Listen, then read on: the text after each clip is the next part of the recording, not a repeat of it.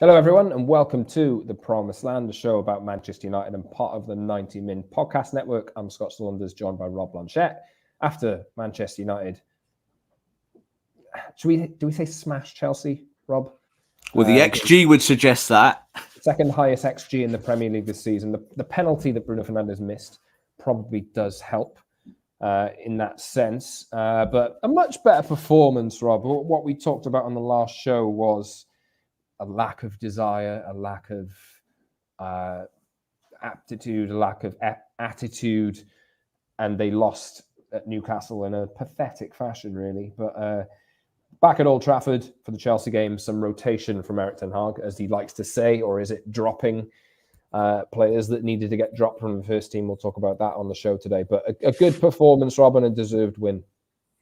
Very much so. You can only beat what's in front of you, and I know that's a kind of football cliche, but Manchester United have struggled, haven't they, this season with teams that are in front of them and doing the right things. I think it was key, obviously, yesterday, Scott, with that game, is that Erik ten Hag tweaked what he put out there in terms of the selection. We saw, obviously, who was dropped, which we'll talk about as well today. But I think the 11 that he put out there, Scott, overall did the work. And that's what you want. You want them to go out there, take the opponent on, take the tactics, use the formation to your advantage, and go out and try and create opportunities. And that XG there, as you said, Scott, second highest of any team in the Premier League this season. That's what Erik ten Hag will be telling his team today and tomorrow. He'll be saying, look at that. It works. You can do this. Now go do it again against Bournemouth. It should note the XG in that is top of the league this season was gotten against 9 men. So that was Chelsea at Tottenham, and that was one of the weirdest games I think most of us have ever really seen. But if you're listening on an audio platform, we are recording this one live on YouTube. So if you are listening on YouTube, get involved in the chat, in the comments. We will try and read out as many as we can. Soggy says, finally, a decent Amrabat performance. He was good last night. We'll talk about that. He was good. Con says, can we laugh for a minute at 1, Chelsea spending $1 billion for nothing, and 2, how our bang average midfield dominated their 2 100 million plus players. Just goes to show you don't really have to spend 100 million plus on players all the time, and it might make it a little bit more difficult for me to, build a team. But Scott McTominay, academy product, scoring twice. Amrabat on loan did pretty well in there. I think Bruno Fernandes played pretty well as well, despite the missed penalty, which we'll talk about maybe. Dave Parry says, typically the only game I missed this season, and we were good. Kenneth says, how do you explain Ten Hag's continuous playing of Scott and not Amrabat and Kobe pivot? I think there's rotation. I think rotation has to happen. And I think Amrabat coming in was...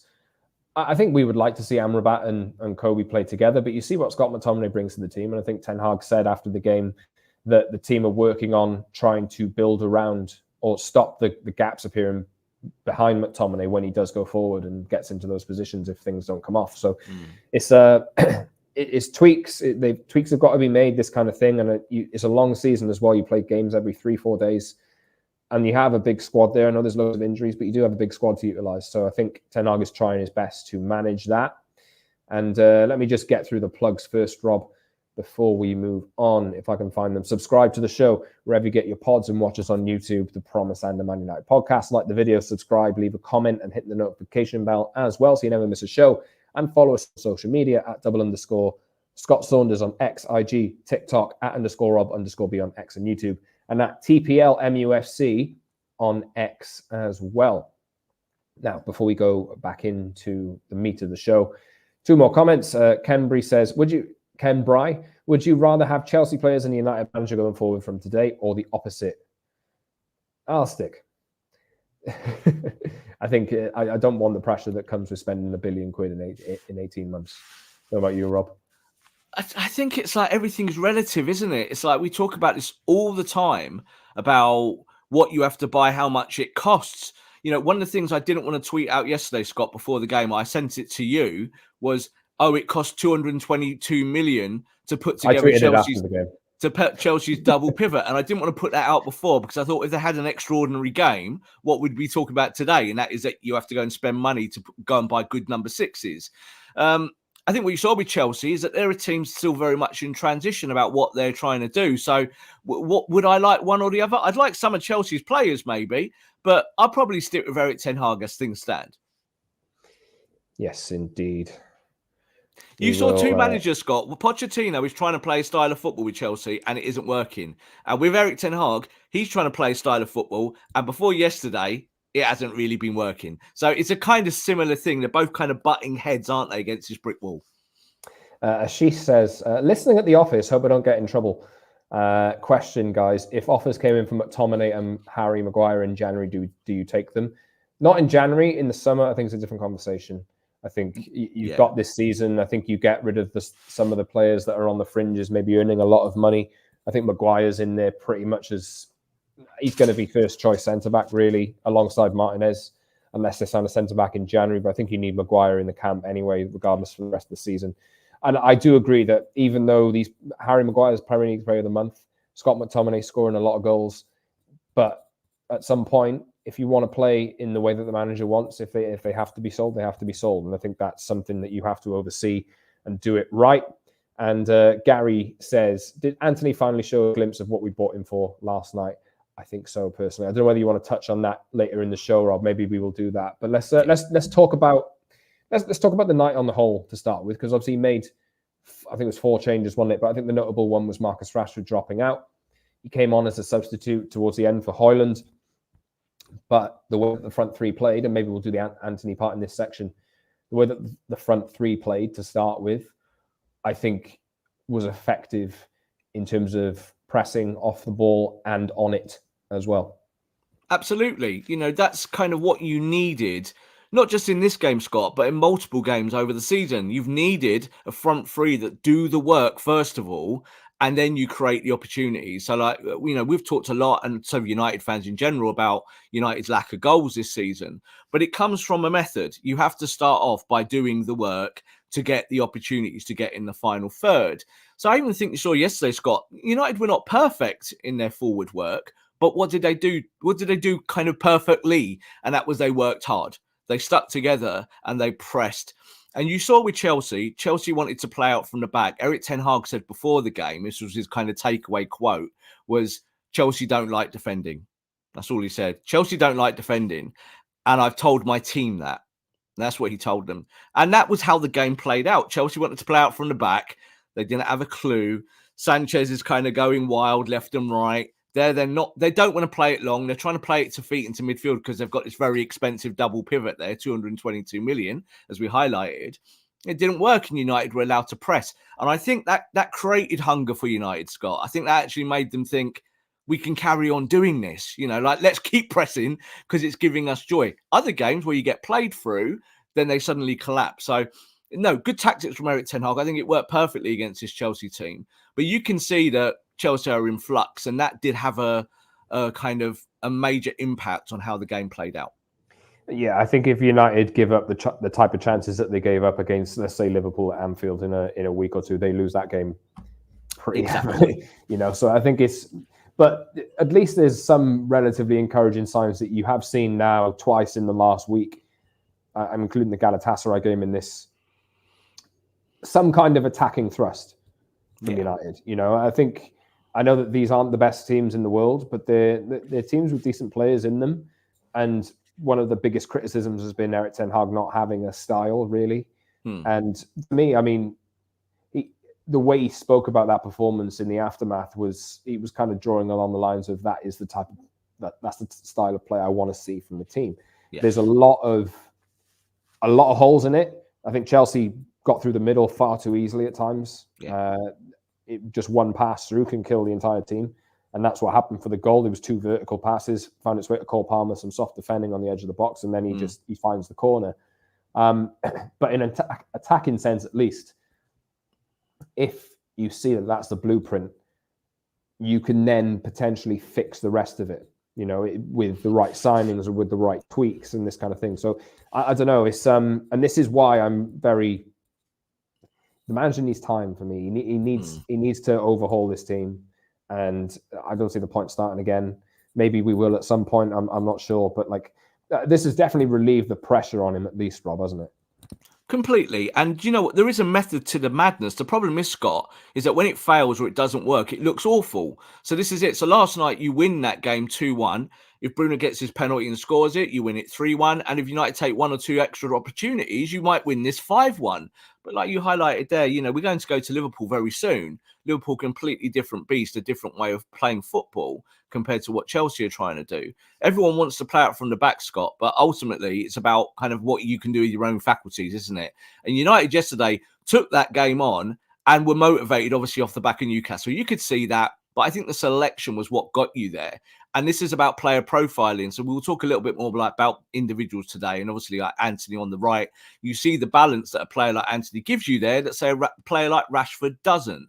And this is what I think Erik ten Hag is building towards over the long term, that he's trying to find a team that works and then find individual profile players to come into his squad that will help boost that. And that's why you have to have patience, is that risk and reward is great when it works. And when it doesn't work, it sucks. It's horrible to watch. And I think United need that balance. At the end of the game, Scott, jumping forward, for the last 10 minutes, Man United couldn't put their foot on the ball. And that was what kind of worried me. I was watching it. I'm just like, put your foot on the ball. It's 85 minutes. What are you doing? And they're just like, no, we're still playing 4-1-4-1. We're still counter-pressing. It's like, you don't need to. You've won the game. They got counted on from a corner, from one of their own corners after in like 30 seconds. Minutes. It kind of went from boom, boom, boom, and they were out. And I was like, oh, no, like, this is, you know, I was so happy to see Lindelof pulled at half time because I could see Raheem Sterling starting to cook. Sterling was like, I've got all this space. This is mad. I'm going to run at them. And obviously, he nearly got that penalty where he cheated and dived. It was a dive, but he was starting to cook. And I think as soon as you changed that and Luke Shaw went in there, that changed. Luke Shaw went, lock that down. That's not happening under my watch. And you saw the centre-backs look more comfortable, I think, in the second half. So, yeah, this is the progression of this team, is that I don't think Erik ten Hag feels he can lock games down with 10 minutes to go because he's told them one tactic and that's all they can do is like run around. And, you know, they got the job done in the end.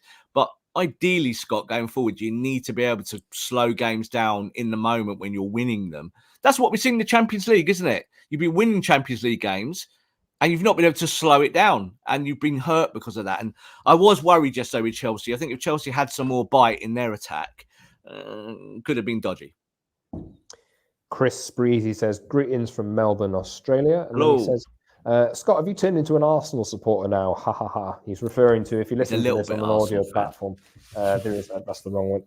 I'm pointing the wrong direction. That is there. Yeah. That is a picture of Declan Rice in an Arsenal shirt. But just for those of you that are listening, well, and for those of you who are watching currently, I'm at the 90 Min studio where we don't talk only about Man United. We talk about Arsenal and mainly all of the big six. So that's the reason why. And Declan Rice is one of the players that frequently comes up in conversation. We've got some more comments who are saying it's well and good turning up against Chelsea. Can we do it at an informed Bournemouth? I think it's at Old Trafford, isn't it? It is. I'll be there. It's at Old Trafford. So, yeah. You know, I think Bournemouth are decent, but I think United should. It's funny, Rob, how it can all turn around. United are 3 points off Man City now.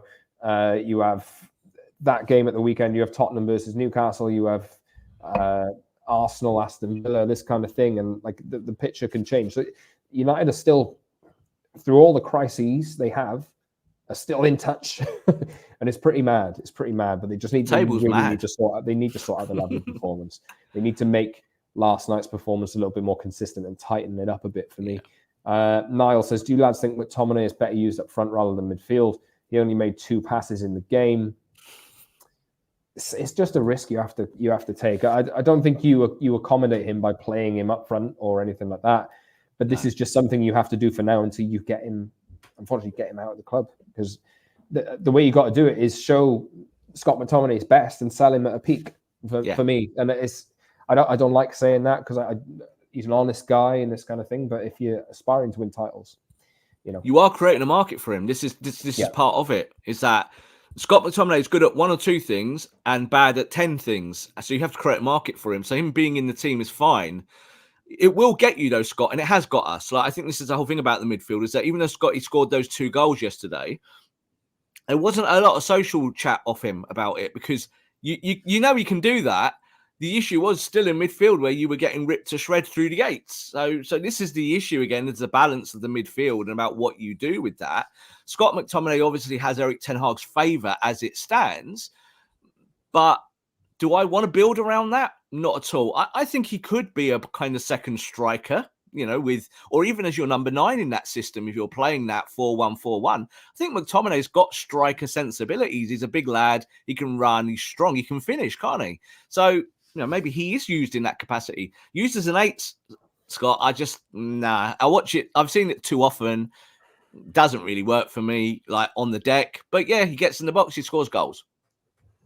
It's a difficult conversation you see a player that's a top scorer from midfield now, but at the end of the day, Ten Hag has to work with what he's got at the moment. I think Scott McTominay provides something in midfield that maybe a lot of other players don't in terms of a goal threat, but you lose a lot of things. You need somebody who can do both. And that means you either find it from within or you dip into the market and make the right signing. But a lot of it, United have been so bad at selling players over the last few years. Now you've got Harry Maguire, who's, as I said, player of the month, and Scott McTominay, who's scoring a lot of goals. You think, hey, show their best and create a market for them if you want, because this rebuild needs to happen. It does need to happen. I don't think anybody is going to get away from that. We've seen already from the fact that both players were up for sale in the summer that we know what Ten Hag wants to do, don't we?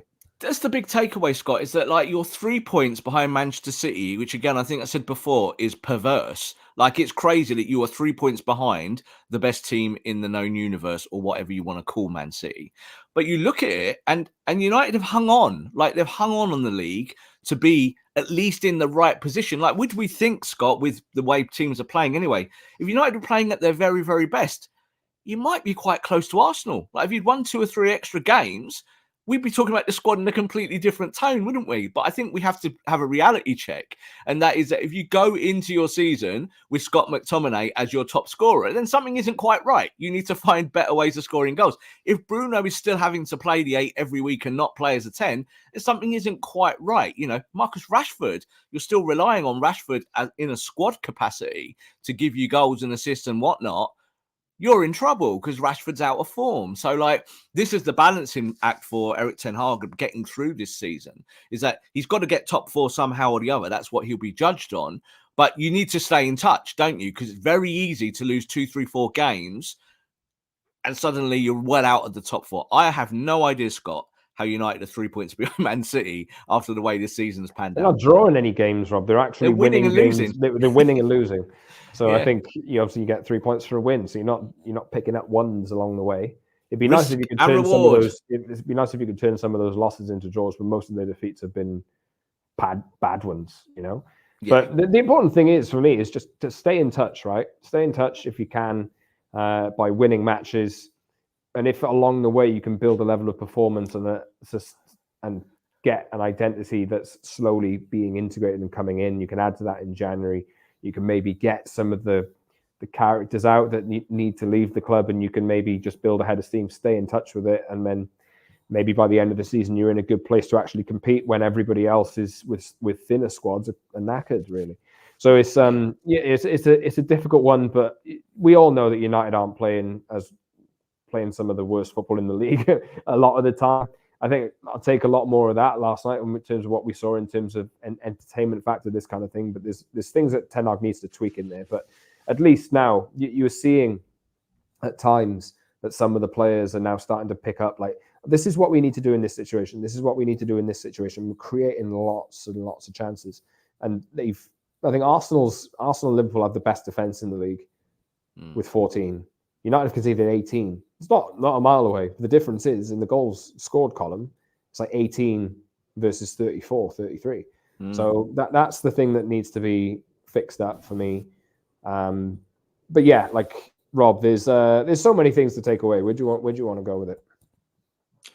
I think we need to kind of start at the beginning of the game, don't we, in many ways, with the selection and go through there and about why things worked yesterday. Because I think the whole thing is, I did a piece just before, obviously I put it out on Twitter as well about Marcus Rashford and said, you have to drop Rashford. That's where you are now. It's not about whether you like Rashford or dislike Rashford or anything like that. It's technical. That's all it is. Rashford isn't doing your work. So go put him on the bench, pat him on the back. You don't need to leave him out and put him in the stands and embarrass him or any of that stuff. You just need to say to him, you sit there and you wait and you come on with 10 minutes to go, because that's what you've earned. That's where you are.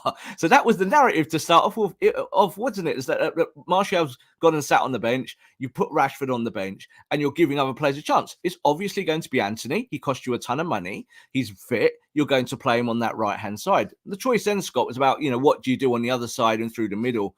Højlund back in, Garnacho keeping his place. I think bringing Amrabat in and playing the role that he did and still playing the same system that we've seen fail over the last several weeks, but do okay at times, but Newcastle was a complete mess, is that if you bought this guy Amrabat, you have to find a way to use him.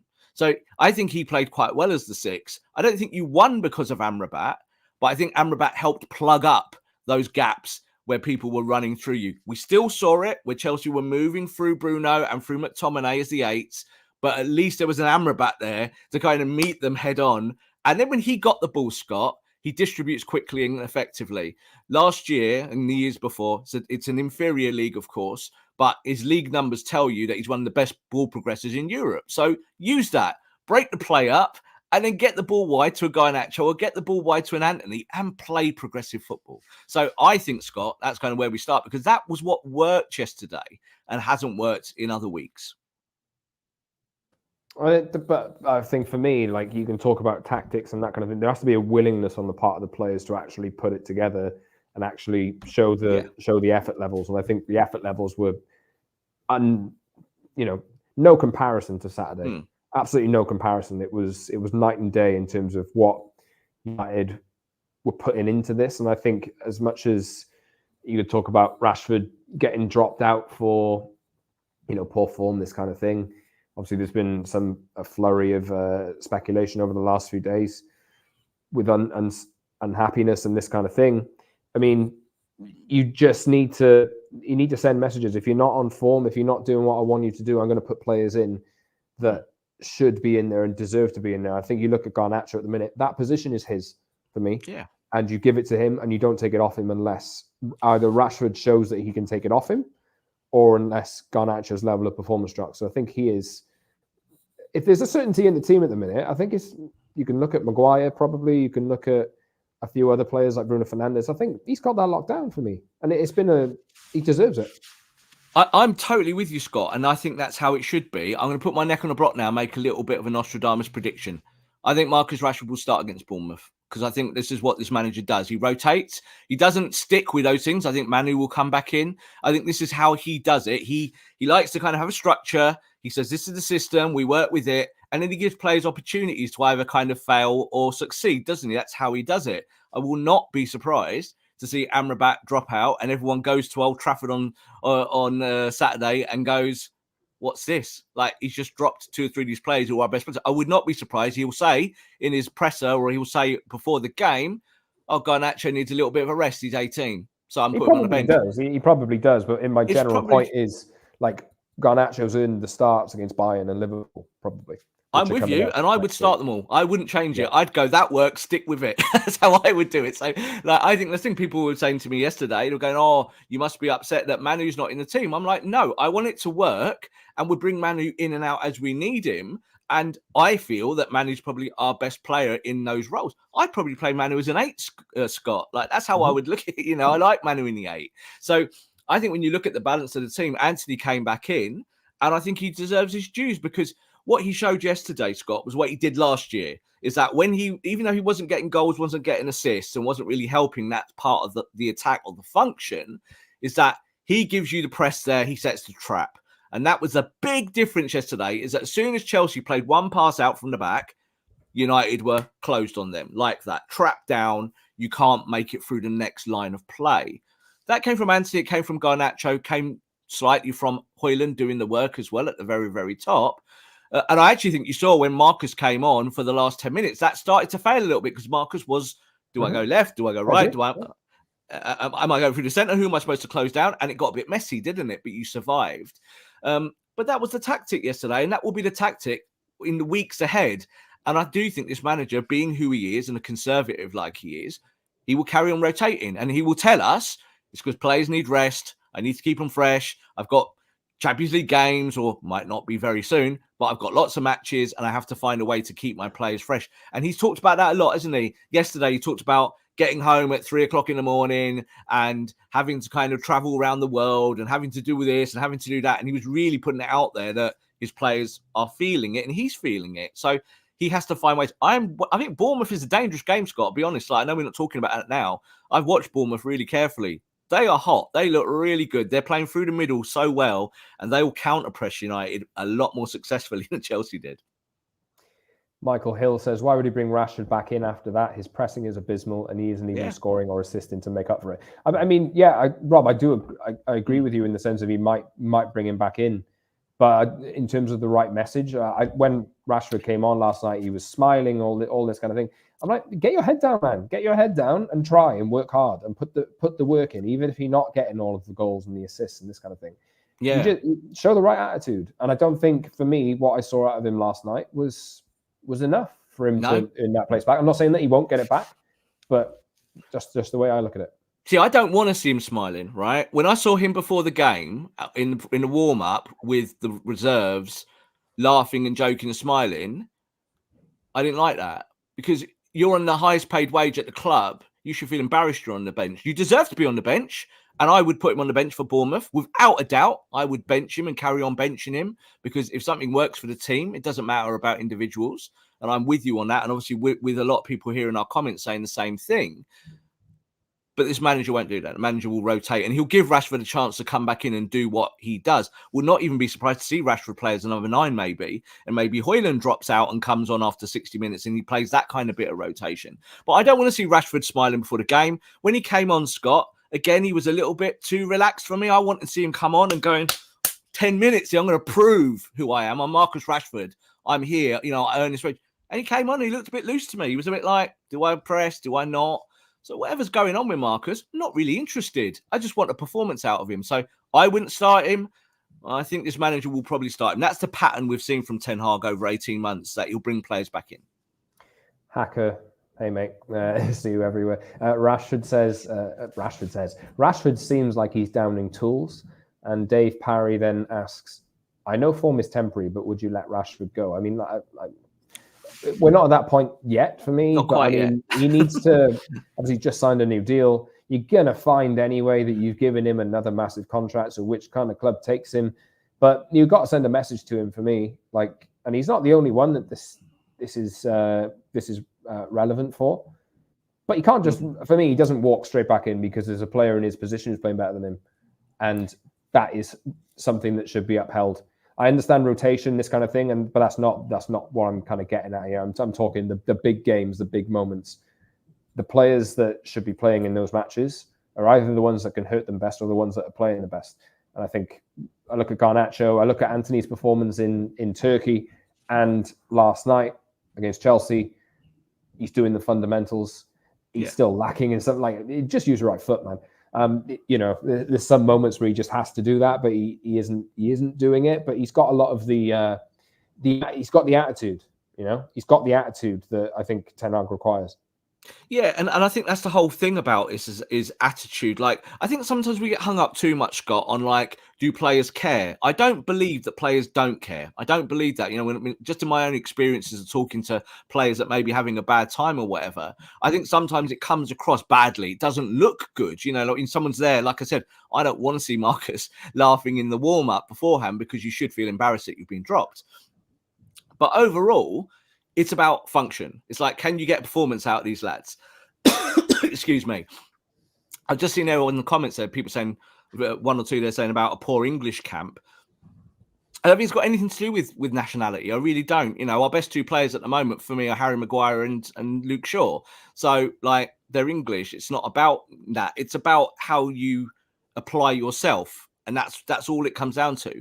Anthony yesterday applied himself, Scott, and showed what he can do. I think he also showed that he's still a little bit not quite there in the final third, still wants to come in there on that left foot, still wants to kind of do it. But he worked hard, didn't he? He showed he's got something in here He's a Ten Hag guy. He's going to play for that manager. Did you see, Scott, as well, what Amrabat said after the game in his presser? Amrabat had a really good kind of intelligent presser afterwards and said, I didn't see it, actually. Yeah, he said, no one should doubt Erik ten Hag. He was like, Erik ten Hag gives us everything we need to be what we need to be. He was like, he talked about himself here. He was like, my performance not being good. He said, because I didn't have a pre-season and I've not really found my feet here yet. He said, but I'm getting there. He said, and the manager will trust me when I can be trusted. You know, when he feels I'm. He said, and it's fair. Scott McTominay said exactly the same thing afterwards. Scotty was like, we know the work. He was like, we have to do this every week. We know it's us that's not working. It's not the manager's tactics. So I like that because that's what I want from the players, not what Marcus was doing. I want to see the players going, we understand and we know what we have to do. Amrabat, again, is a Ten Hag guy like Anthony. So he's got those allies in the squad, I think, that will preach his sermon to the rest of them. And on a night like that against Chelsea, Chelsea are a good team, but fundamentally flawed at the moment. You see that they're trying to do something, that there is a style, there is a function, and that they can do it when they're together. And I thought that was the big difference yesterday. We're together. That's why I wouldn't play Rashford. I don't think he's together with anyone at the moment. I don't think he's together with himself. Up here, there's something not right, and you can see it. So it's cool. Put him on the bench, bring him on 10, 15 minutes. You earn 350 grand for 10 minutes work. Not bad, mate, this week. But I'm okay with that because it's more about winning games. That's all I care about. Yeah, and it should be, I say this quite frequently, it should be a meritocracy. I think the players that, and if anything, United haven't had that for a long time. You know, that they've had players there who've cost lots of money, who are on big money, who are just there, some commercially motivated signings over the past few years that kind of have to play. Well, that's how it seems, at least. And then what kind of atmosphere within the doors of the dressing room, how does that foster? And we talk about Nemanja Matic's recent comments about lateness and this kind of thing, and like I don't think we spoke, Rob, since that those have done a flown around, but it just does summarize like just the issues within that dressing room. If you're not turning up for work on time, if your attitude isn't right, if you're not there and you're willing to put in the work for the manager who's there, everything's gonna fail, you know. Yeah, I think sometimes we play too much into the soap opera of football behind the scenes, and we talk about what players really care about. Yeah, if someone's turning up late, that's not a good look, is it? But that, again, is up to the administration to sort out. So if a player turns up late, you're the manager, deal with it. It's easy. Like, you deal with it. And it's any workplace in the world, in an office, someone comes in late, you're the manager, you deal with it. It's just what it is, isn't it? And you make sure that there's a disciplinary process. And this is where Jadon Sancho now lives, in the world of the disciplinary process at Manchester United. But I think any player, like, again, the dressing room, we always think of the dressing room as a sacred entity, a thing, you know, like where it goes. Quite often for some players, it's just where they get changed. You know, they're going to do a day's work, but you've got to do the work. Like, if you're not doing the work, that's the issue, isn't it? If you're not running, if you're not carrying out tactics, it doesn't really matter if the manager, like, you love the manager or the manager loves you. It's about doing your job, isn't it? So that's what I think the fundamentals are with Ten Hag. I think that's what he wants from his team, is that he doesn't want love. You know, he wants attitude. He wants that to work all the time. It's interesting, the Matic thing, saying that, because it just gives you a kind of window into the soul of Manchester United during that period. I don't know if it's like that now, Scott. I don't know, even with the existing players. I think Ten Hag has put the expectations out there to his team. They don't match it all the time, but then, yes, if Rashford doesn't match what you want from him, Scott, sell him. Fine, get to the end of the season, bring players in that fit what you want to do, and that's got to be your mantra in every transfer window. Even if some of the decisions are unpopular, I mean, they've never done things that have been unpopular. They brought Ronaldo back, you know, this kind of thing, because that was the popular thing to do at the time, and it probably threw Ollie's what Ollie was doing off piste. But Hacker's back again. What question? What's United's budget this January, and what are you getting? We should get Jim Ratcliffe Monday, Tuesday, potentially next week at some point. We should get some kind of announcement. It does seem like they can put stuff in place for January.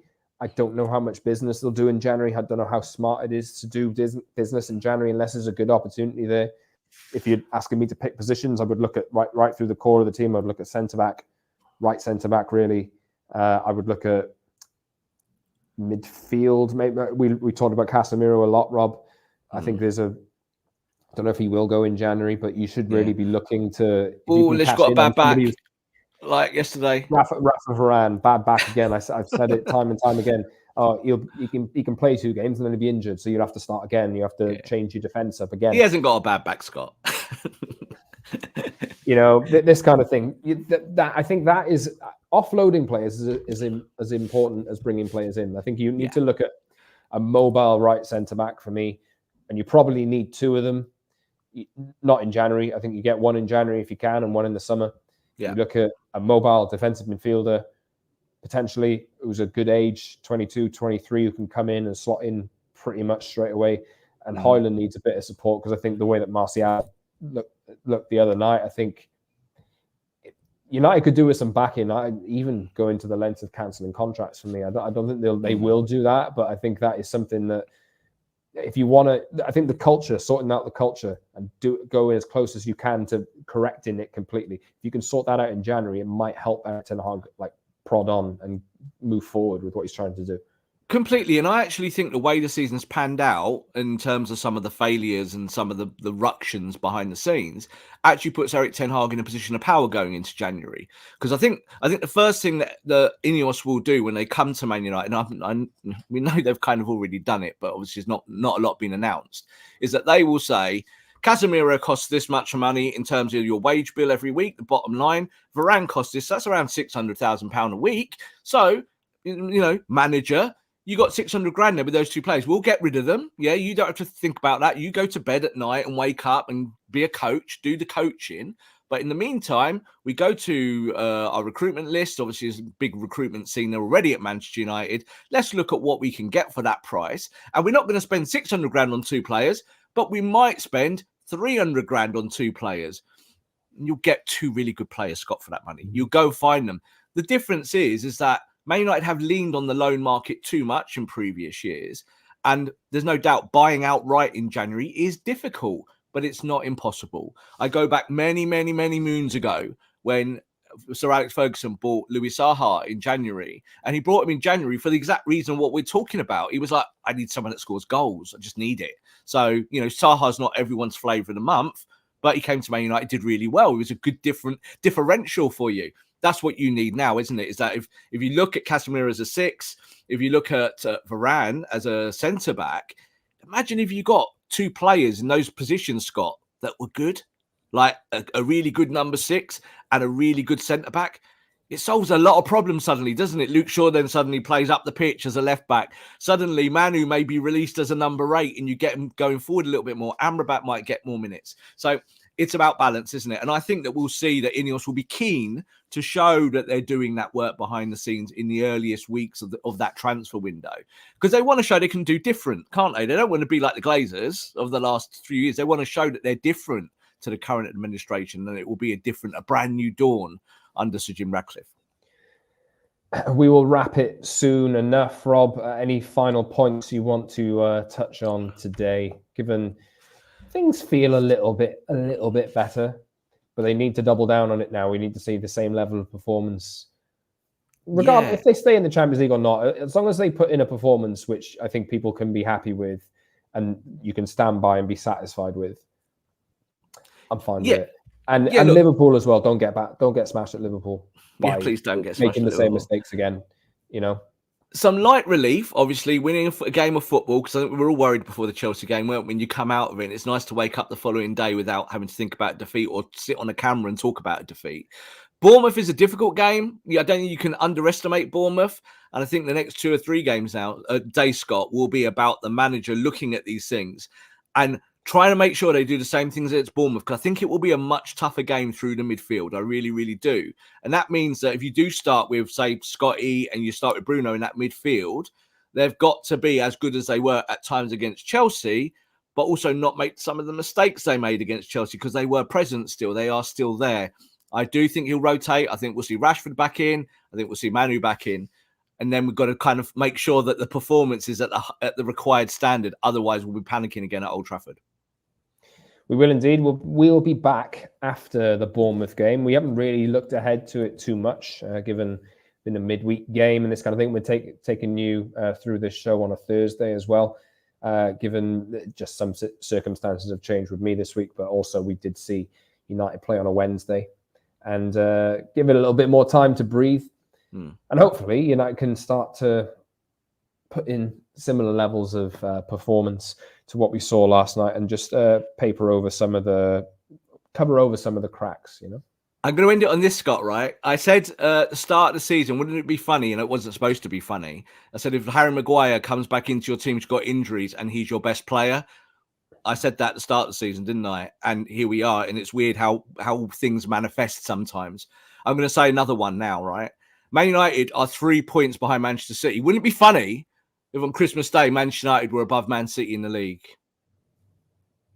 Could happen. Funnier things have happened. Harry Maguire, Player of the Month, Scott, for the Premier League. Well done, Harry. You deserve that. Yeah, we should like, that is really, that really armband. The way that armband might not be there, but it's on there, and he's playing. The way that he has reacted to losing his place in the team, and his level of performance. I know he's not perfect. I don't think anybody will say that he's perfect, but what he has shown, the attitude, the application, the determination, the confidence for him to go and say, "No, I'm staying, and I'm going to prove you wrong."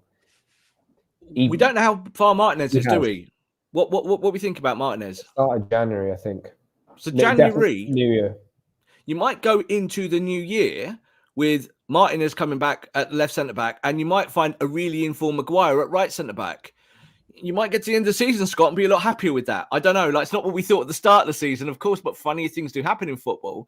And I think at least Harry Maguire is creating a market for himself in the summer, but it's also good to see him play like this, because I think it's not about whether he cares or not. Like, people are like, Harry Maguire doesn't care. That's what they told me in the summer. Of course, Harry Maguire cares. He's showing it, isn't it? And you've just got to get performances, and we're seeing that now. Player of the Month is phenomenal for a centre-back when you think about how bad Man United have been at times. But he totally deserves it, and he's got all of my respect for his performances in the last few weeks.